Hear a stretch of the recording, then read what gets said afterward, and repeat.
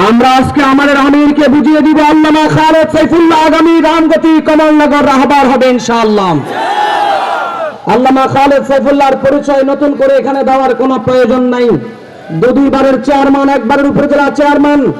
যে দেশে একটা রাস্তার বরাদ্দ যখন আসে, এমপি মন্ত্রীরা 100 টাকার কাজের মধ্যে 30 টাকারও ঠিক মতো কাজ করে না। ওই দেশের একজন মাত্র ব্যতিক্রম ধর্মী উপজেলা চেয়ারম্যান একটা রাস্তার কাজ দিয়ে 2টা রাস্তা করার পরে টাকা বেঁচে গিয়েছে।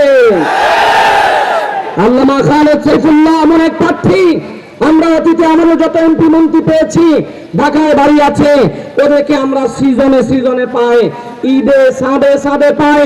আল্লামা খালেদ সাইফুল্লাহর ঢাকায় বাড়ি নাই, গাড়ি নাই, গ্রামে থাকবে, জনগণের কথা শুনবে, জনগণের বিবেচিত থাকবে ইনশাআল্লাহ। অনেকে বলে ইসলামী আন্দোলনের ভোট নেই। আল্লামা খালেদ সাইফুল্লাহর ভোট সব ডুবা ভোট। কি বল? আল্লামা খালেদ সাইফুল্লাহর ডুবা ভোট তোমাদের সন্ত্রাসীর বড়রা আপন হতে পারে না। আমরা যখন ওদের কাছে যাই, ওরা বলে সামনে দিয়ে মিছিলে মিটিংয়ে অন্যদের সাথে থাকবো, ভোট যদি দিতে হয় আল্লামা খালেদ সাইফুল্লাহকে দিবেন ইনশাআল্লাহ। গতকাল আমার কাছে একটা ভিডিও বার্তা এসেছে, মক্কায় খানায় কাবার গিলাফ ধরে আল্লাহর কাছে দোয়া করে আল্লাহ খালেদ সাইফুল্লাহকে বিজয় করো।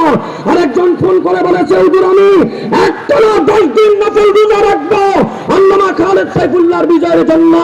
ইনশাআল্লাহ আমরাও চাই আগামী নির্বাচনে 12 তারিখ চন্দ্রবাসদেরকে রুখে দিয়ে ইসলামের গণবিপ্লব ঘটাবে ইনশাআল্লাহ।